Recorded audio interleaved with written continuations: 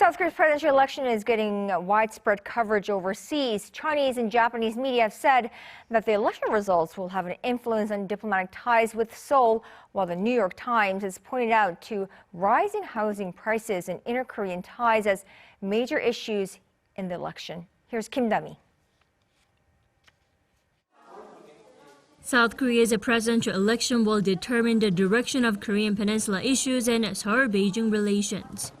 That's what China's Global Times published on Tuesday, saying the two countries' trade volume has risen sixfold compared to 30 years ago, and the bilateral relationship moved forward, not backwards. The editorial then stressed it is necessary for the president-elect to continue to act as a bridge to resolve the balance problem between the U.S. and China. Japan's Kyodo News said election results will affect North Korea policies, as well as Seoul's ties with Tokyo that have been worsening under the current Moon administration. Pointing out the leading candidate's distinctive stance on Japan, NHK also expects the results to greatly influence the currently icy Seoul-Tokyo relations.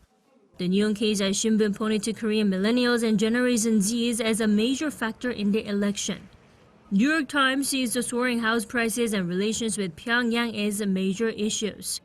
It then mentioned a sense of disillusionment among voters who have called the race, quote, an election of unlikables, with frontrunners leading campaigns dogged by accusations of corruption and nepotism. Meanwhile, the BBC and The Guardian have published stories about gender issues, saying the candidates have tried to reach out to young male voters and discussing the use and abuse of the concept of feminism throughout the election campaign period. Dami, Arirang News.